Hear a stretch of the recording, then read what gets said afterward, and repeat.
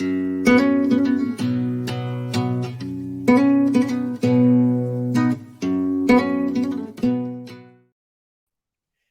evening, everyone. Welcome back to Intentional Guy. We are on air with Marsha Vanwynsberghe. Did I get it right? You did. You did. My wife will be so excited that I got your name right. So that's awesome. Now, Marsha has written a couple books. She does a podcast, and I love the name of your podcast. It says, "Own Your Choices, Own Your Life." Oh, and that's just I mean, that's critical right there. So, Mhm. uh, I'm looking forward to this conversation today, Marsha, and I just kind of want to just jump into it. We got about 30 minutes, and I would like to talk about, I'm a real component. Name says it all. Intentional guy. Mhm. I believe choices that we make every day are so crucial, and owning when you can own your story and own the choices that you make, Mhm. then you can keep yourself from repeating some of the bad things and bad choices in your life again, right? 100%. 100%. So if you would give us a little information about your podcast, about your book, and about just your story too. Oh, absolutely. Thank you so much for having me. Own your choices, own your life were the words that I didn't know I needed at the time, but I look back and I know I was being guided because those words have become the whole cornerstone of everything that I do. And they were a turning point for me. I started my podcast in 2017. Long story short, I was at that time, I was a parent who was dealing, I'm co-parent. There was two of us. We like very happy. We've been together for many years, but we were dealing with teen substance abuse with both of our boys, and it came out of nowhere.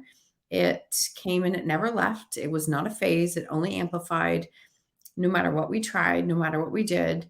And it was a journey of really being full of judgment, criticism, doubt, frustration, opinions, isolation.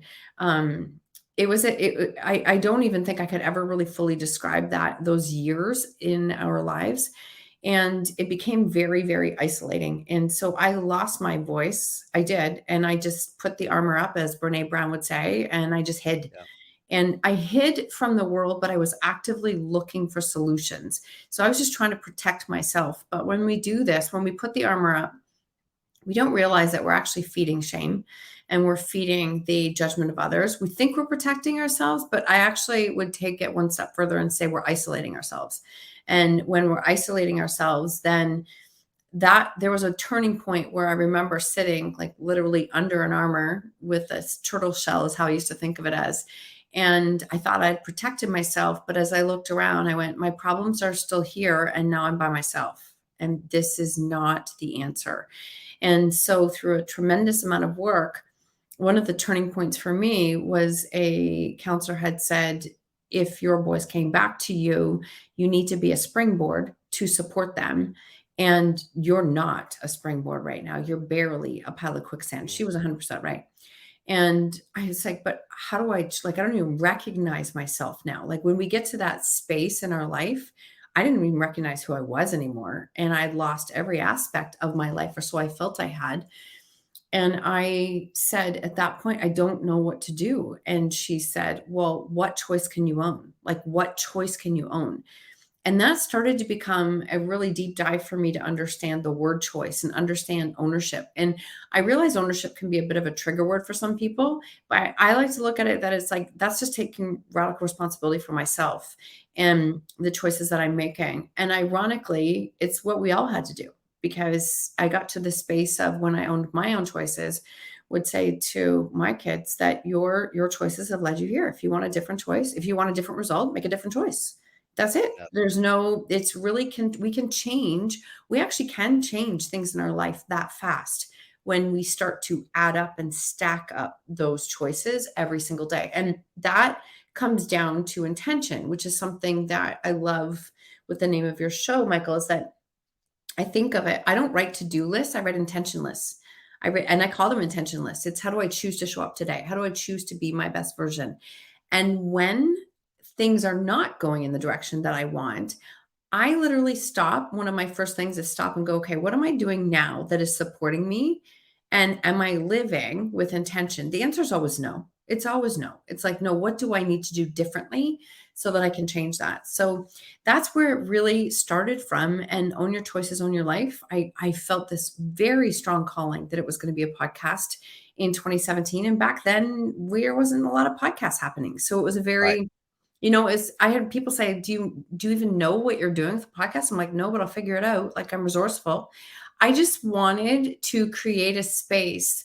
I had said to a mentor, "There's just nobody talking about difficult stories." Like, I didn't fit the actual mode of what you assumed a parent who had dealt with teen substance abuse looked like. And because of that, I felt even more called to start to share and do something because I knew I wasn't the only one. But I felt like I was the only one because nobody wants to talk about the difficult stories. And when I said this to a mentor, and she said, maybe you're recognizing this because you're meant to be the person to talk about it. Mm. And that just opened up my eyes to see what was possible. So the podcast started. I wrote 3 collaborative chapters in different books, and then in 2017 decided to dive into my own book, and that was an experience and a half, which we can go into. I mean, it's a very vulnerable experience, but I knew that I would regret it if I didn't do it. I knew that it was going to become a space that I would regret it if I didn't do it. And I like what you said. It is to own your story, to own your choices is very vulnerable. You have to be Extremely. vulnerable to do it. And I think that's where a lot of people are paralyzed because they don't want they don't to recognize it makes it more real. Well, that's a lie though, because it is real regardless. It's real. It's real no matter what. And the thing is that for shame lives on because shame loves secrecy. So the more Mm, we don't talk about the difficult things, then we are feeding shame. And you can, if you just want to think of it as a power struggle, when the more you feed shame, the less power you have. So you're feeding the yep, story or you're feeding yourself. And that just became that, like, what am I feeding today? I'm going to feed the story because if I feed the story, I don't change anything in my life. I right, literally stay exactly where I am. But if I want to change where I am, I have to stop feeding the story and I have to feed myself. And that's where that came from, is understanding that I had to share the story. Now, I say had to, I felt really called to. I did feel called yeah, to. And nobody has to do it. But if your story is keeping you from living your life and saying yes to opportunities and to experiences, then yes, it actually is owning you. And so you either own it or it owns you. That's just how I like to explain it. The other way I like to explain it is that we spend a lot of years stuck in our stories. And when we're in our stories, we're replaying all the things that went wrong. We're replaying all the scenarios as to, how do we get here? How can I do this differently? What mistakes did I make? And none of that's productive. Like, that's actually not productive at all. That doesn't create change. And that only keeps you stuck in the story. So through this work, I've learned how to stand on my story. And that is when we have perspective. That is when there's a purpose behind what we're doing. I found so much lightness and healing from learning to stand on the story and to be honest, to make my story about others, not just myself. I think that's the turning point, and recognizing that it gave it all meaning. And when you can take your most painful experience in your life and give it a purpose that is outside of yourself, yeah, it really changes a lot of things. it does. And and I think, some people get nervous when we say this because like we wrote books on ours, right? And Mhm. but God's not called all of us to write a book Nope, on your story nope. and put it out there. Although I do think there is healing in being able to share your story with at least someone, whether that's a counselor Mhm. or someone, a best friend or close to you, because for me, I went through counseling and it was really good because I had so many lies in my head. It was hard for me to know what was truth and what was not Oh, anymore good because I point. believed the lies myself. And it was so good to have a healthy person outside of that was able to help me navigate that a little bit and do it. But I also have to tell you, just the act of speaking it to someone Mhm. was so powerful and so healing, and like you said, it took away the sting and the lie that were in my head, Mhm. and it's freedom. Freedom comes from that. 100%. And I couldn't agree more. And when, if you're listening to this and you think, okay, but I don't know, or I shared it with somebody and, you know, eh, maybe maybe you were wrong, not wrong. Maybe you were vulnerable with the wrong people to begin with. That's Right. what I did because I didn't know. And that stings. It does. It But does. don't let that stop you from moving on. And for me, there were definitely some professionals that supported me at that time. And I'm beyond grateful. I have nothing but good things to say about finding support. And it required multiple tries to find the right support. You will learn how to be vulnerable and to share that part of your voice, because when you do, we build connection. And the thing is I rarely talk without referencing Brene Brown, but she talks about that the number one thing as humans we want is connection. We Mhm. can't get to connection without vulnerability. It just is, there's no road there without vulnerability. And, and you talked about isolation, and I Mhm, hear me and my wife are great isolators. We isolated for years. We would come home from work on Friday. We'd put on our sleep clothes, and we did not get out of them until Monday when it was time to go back. We had so many walls built up and isolated, right?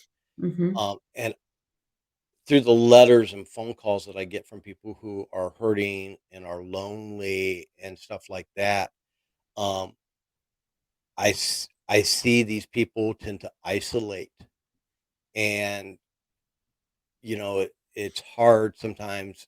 Like for me, it's hard for me sometimes because you're trying to find that. I remember how fragile I was, so I don't want to ever hurt someone because there was a lot of people that gave me some really dumb advice that hurt me. Mhm. Okay, so I don't want to be that to someone else, but I also want them to know that what you said, the isolation is not helping you. No. The being alone in this is not helping you in this situation, and it seems like it feels good. It seems like it's protecting you, Mhm. but in the reality, it's just holding you captive a lot longer.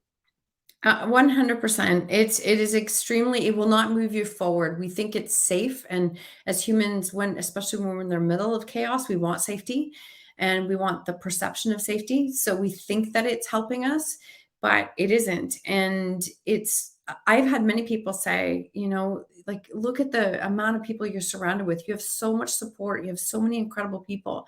I'm like, none of them were here 5 years ago. None of them were here. And so I like to use the statement that, like, I carried that armor as a badge of honor for a long time. And then I just got to the point where I was like, I needed to put it down. And I just put it down. And that's when I found my army. Like, I've got an incredible group of people that surround me, but I had to allow myself to be seen first. Like, you have to go first. In any change you are looking to create in your life, you 100% have to go first. It has to come from you. That's that action, the intention, the choice that you have to make first. And when you do that, then other doors will open. And I say that, even some of the people, the closest friends I have today, I met in a Facebook group. Like, I met online in a space where it's like I'm listening to their messages and I'm thinking, wait, I think I can read between the lines. I think they have a problem similar to mine. And Right. I didn't want to connect with people so that we could sit in a space and complain and be stuck there. I wanted to connect with others and recognize that, okay, I'm not alone. Like, I'm not alone in this. And so I like to use the thoughts, the process that, like, incredible people, humans, and opportunities are available every day if I choose to see them. And if I choose to be open to receiving them, they're always there. Mm. So, well, let me ask you this: how would you suggest Mhm. somebody that's in this place right now? How, what do you how? Because finding your voice is not easy. No, You no. know? So where would you start at? What is some suggestions, advice that would you give to some of my audience who, they feel isolated, they feel alone, they feel like their story is overtaking them. Yeah, there's so many pieces there. I think the very first thing is that deciding that you don't want to stay in that space anymore. There has to be a decision that it's like no matter what and no matter how much work it is, I'm committed to moving forward and not staying in this space. I knew what it felt like to be stuck underneath that armor and feel the shame and feel the no voice and the isolation. I knew what that felt like. I didn't know what it felt like to create change. And people say, well, that's hard. I'm like, both are hard. You get to choose your hard. You get to choose. Every day we get to choose. And I know that sounds light and flippant, but it really sometimes as humans, we need to simplify that we can just Yeah. make a different choice. And so that would be the first thing I would say is deciding that you don't want to be in that space anymore, that you do want to create change. The next thing I would say is like, how can you be more open to receiving the help, to finding people, to reaching out and connecting? At that space, I didn't want to go into a live support group or anything like that. I just started to connect in Facebook groups and in closed groups. And when I did that, I mean, for me as a parent dealing with teen substance abuse, I mean, the first time I opened up into a Facebook group for moms, I think there was 50,000 moms in there. And the second I got in, I went, okay, well, it's actually physically impossible for me to be the only human on the planet who's struggling with this if there's 50,000 Right. moms in this Facebook group. And that was a switch for me. That was a real switch that I needed to see. And as soon as I saw that, I went, okay, wait, I am not the only one who is affected by this. Then I started to do more and more work. And in the process of learning to use my voice, I felt very called to use my voice. So if you're listening to this and you're like, there is no way I'm going to stand up and talk and share my story, you don't have to share it openly, but how can you let yourself not carry it in that way? How can you share it in a way, even if you write a letter to yourself, something to Yeah. decide to not carry it? Because every day we choose what we are carrying, and most of the time we're carrying things that aren't even ours. We're carrying things that it's just overbearing. So that would be the next thing I would say is like allowing yourself to be open to receiving and trusting that that path is going to take you in the Mhm. direction that you're meant to go in. I had that low moment, as I'm sure many of your listeners and guests have had, where I sat there and I said, like spirit, God, whatever you want to believe in higher power, if you can help me to get through this, I will do something with this. I will be open to what, and the way that things unfolded, it doesn't make logical sense. So I believe that as hard as it was, what I'm doing now is exactly what I was supposed to be doing. Just the only way to get here was to come through a very painful, difficult story. The other thing I would say is I want people to know, and I want the listeners to know, everyone has a story. Okay. Everyone has a Mm. story. Everyone has a shame story. Everyone has multiple shame stories. Everyone Yep. has something that they wish that nobody knew about them. So please don't feel that you are the only one. Yeah. What happens is how much meaning are you giving that story?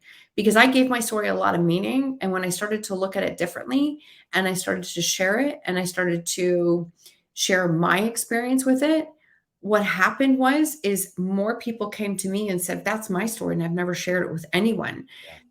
That allowed me to heal myself on a level that I couldn't have planned on. Like that, I had no idea. So that helped me to heal, which only gave me more fuel to keep speaking, which only gave me feedback that it helped me to heal. And it just kept this beautiful cycle.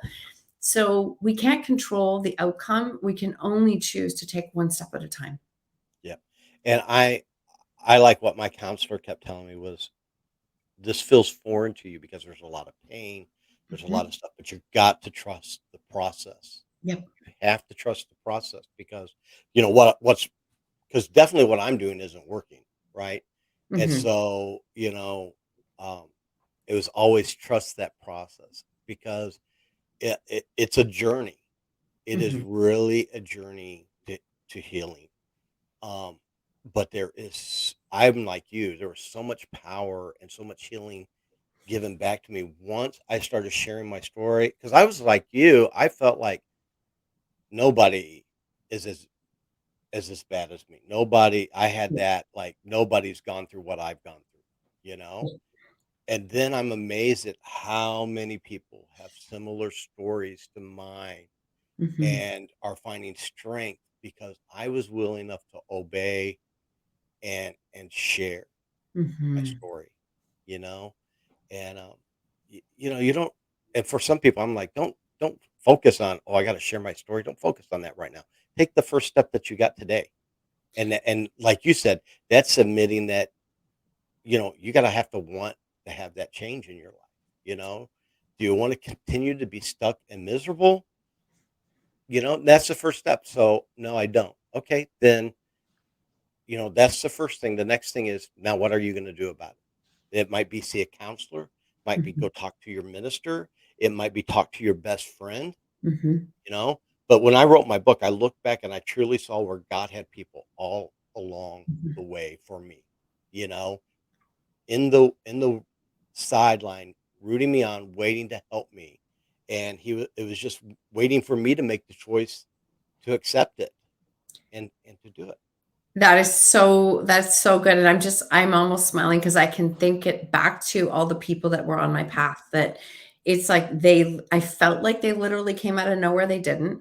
Um, but again, I would have never seen them if I hadn't chosen to go first. I think it still comes back down to as humans, we spend a lot of time waiting and waiting to be ready, waiting for it to be easier, waiting for all of the things to line up when actually nothing will line up until we decide to step forward. And I think that's that ownership piece that I think is really powerful when you can come to a space of saying, like, owning what are you taking responsibility for?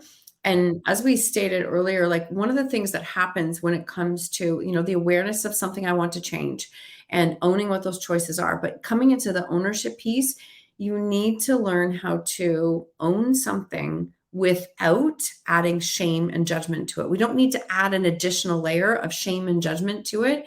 One little trick that I use that I still to this day find very helpful for me is that whatever we resist will always persist, right? Like the yeah, more we resist it, the more we resent it, the more we keep it alive.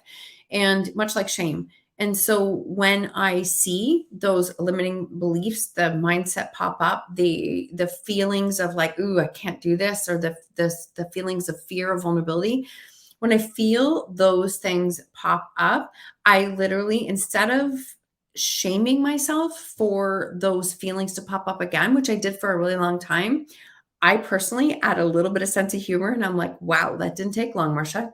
That was fast. That was fast. Look at how often that shows up. Or, you know what? Thanks for having my back, but I'm safe and I'm good. And I recognize it and acknowledge it. So I add a little bit of humor to it because it's a very slippery slope for me to slide into shaming myself for mistakes and things that I feel are keeping myself stuck. I spent most of my life doing that. I don't need to fall back into that pattern. So the big thing is how fast can you disrupt your patterns? How fast can you break that cycle? That's another way to stack wins and create change. yeah. And once you just start making the first step, it does come a little quicker than you think. Yes. It's just getting that first step, Yes. and I hear so many people, "It's so painful." Yeah, I'm not gonna lie to you. It is painful in some ways, but you have to sometimes go through the pain to get to the healing, and man, the payoff is so worth it. The freedom and the happiness you can get by getting away from, yes, it's painful. I'm not gonna lie, it is a little painful.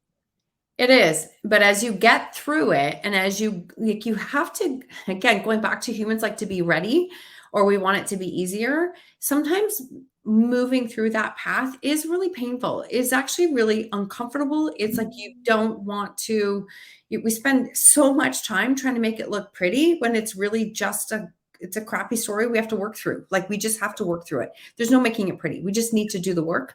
And so as we continue to do that, we we become a different person on the other end.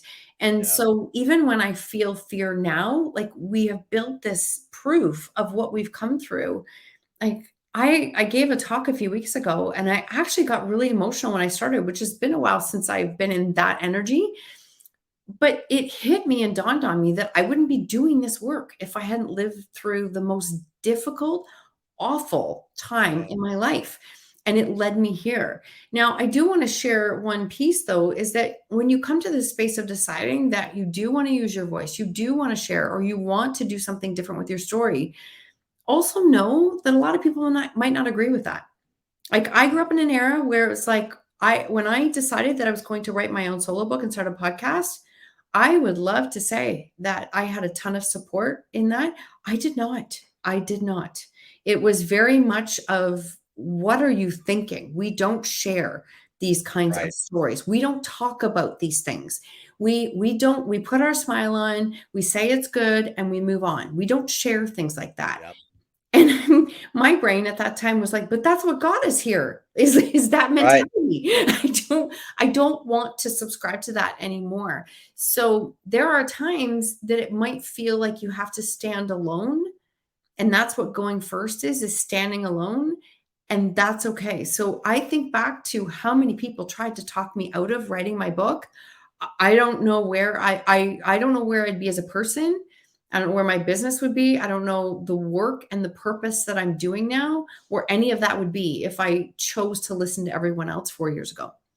Yeah. And I think too, one of the neat things too is what even though the journey was painful in some ways and going through it, what I what I grew in that moment, those moments are so, I don't know the right word, but joyous. I don't Mhm, know the right word to say, but even though it hurt, the watching God heal me mhm, and teaching me new principles and showing me things I through the pain that I never saw or could have ever seen had I not gone through that. I mean, mhm, there's stuff I experienced I would never experience had it not been for that. Not that I would ever want to go through that again, mhm. but I am also thankful for what I went through because of what I gained from it, you know? And I know that's hard for people to Right. understand, and Paul writes about that, that you can glory in your misery, and I'm like, I never understood it, but I get that now because, you know, God spoke to me a lot in that and gave me some great truths in that grew me as a person and grew my character, Mhm, you know? mhm. And so it's amazing what you go through, and the payoff is so worth it at the end because you come out a different person. A completely different person, and it allows us to authentically do the work that we're called here to do. That's There's right. just there is no way possible for myself, yourself included. I could not be doing this work if I read about it in a book. I just couldn't. You Yeah. you have it's authenticity is I lived it. I lived it for many years, and it's very easy for me to share my lessons on my journey because I lived it. And I think that's the piece is that you can't teach, coach, write, support, impact others Mhm. on something you've never lived. That's just my own opinion. I think that so many people out there trying to do things. And I'm like, well, what experience did you have? What lessons? Right. Well, I don't want to talk about my story. And I'm like, it's actually the missing piece. It's the missing piece. Yes. It is the missing piece. Yes. Yes. And I've been scared in it. Yeah, I lost some relationships through it. Yeah. But I've also gained a lot more. I'm with you. I honestly, there are people that the door closed and I've never had a conversation with since then. And in the beginning, I had a lot of angry, resentful, hurtful feelings. I did, until I Yeah. recognized I honestly just had to come to a space that I don't choose to carry that anymore. It just doesn't serve me. And in all fairness, I was living in this chaos and I didn't know how to handle it. So why would I expect advice from a total, like, from a person who wasn't walking in my shoes every day? Why would they have the right advice? So Yeah. I just learned to let go of that piece of it and recognize that the judgment piece is huge. We put a lot of stock and investment in the judgment of others Yeah. in how we choose to show up in our life. And I would challenge anyone today to ask you, like, who judges you more than what you judge yourself? Because at that point, I had to recognize it was like a light bulb switch where I went, okay, they're saying some pretty negative, critical things to me. Like I didn't have to wonder what they were thinking. They had no problem saying them to my Right. face. No. And I had to come to a space of recognizing that, wait, I've already said all of those things to myself. Like I've done Right. all of that. So it really let go of that piece of, I don't need to carry that because I've already done those things to myself. Yeah. Mhm. I resonate that completely. Listen, Marsha, as we get ready to close here, I there's way so much There's a stuff in lot of this ways that this could go. I really want to invite you back to do this, but I really want to read your book first too. So tell Mhm. us about your book. Thank you. My book is called When She Stopped Asking Why. And I remember I did not have the title, I did not have the ending, and I did not have the intro. And I worked so hard to try and find it. And every single piece of my book that was critical came from a walk in nature, a yoga class, something where I wasn't trying to force it. And when I took this to the person supporting me in publishing, she was like, the title's too long. And I'm like, no, it has to be that title. Because for me, that was when my life changed, when I stopped asking why. The why was killing me. It was killing me. Yeah. There was no answer that could make a difference. And all the why did was kept me stuck in the victim cycle. So that's a turning point for me. Mm, And if you're listening to this, and you do ask yourself why a lot, can you switch it to what? Because what is an action word? So every time I would say why, I'd be like, no, what can I do differently right now? And that would just shift me into action. So my book is available on Amazon. It released in 2017, and it's been a bestseller in a number of categories. And I still receive Kindle sales almost every month from different countries all over the world. So I know it speaks to. It's really designed, even if you've never walked my path, it is designed to support you in what do you do when your path turns out not to be your path, yeah. which is pretty much always. And I know a lot of my listeners, I hear that why question a lot.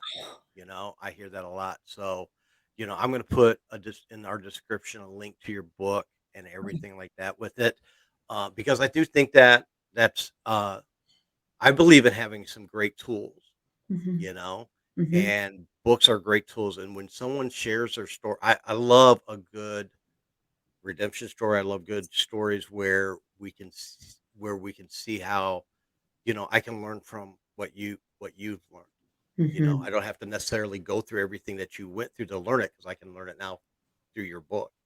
100%. And I do want to share that one little piece. I didn't foresee that. I thought that I would only be supporting people who had walked my path. It's not even close. Not even close. And that's the piece of our stories. Our stories connect us far more than we think they do because as humans, we connect on pain, emotion, experiences, Yes. lessons. So exactly. Yes. So that is where that is available, is on Amazon or on my website, Marsha Van W. Everything is Marsha Van W. If you start typing that, it'll show up on Google. And my podcast is Own Your Choices, Own Your Life.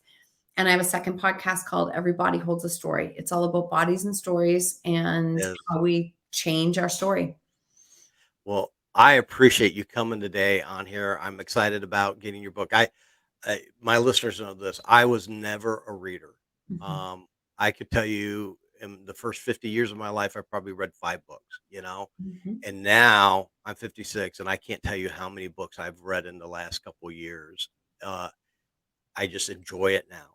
I yes. really do enjoy it. I love good, uh, stories like yours, things that will help us grow. Because like you said, our stories, even though our stories are different, they still connect, Mhm, and some of the principles and way we react and choices we make are similar.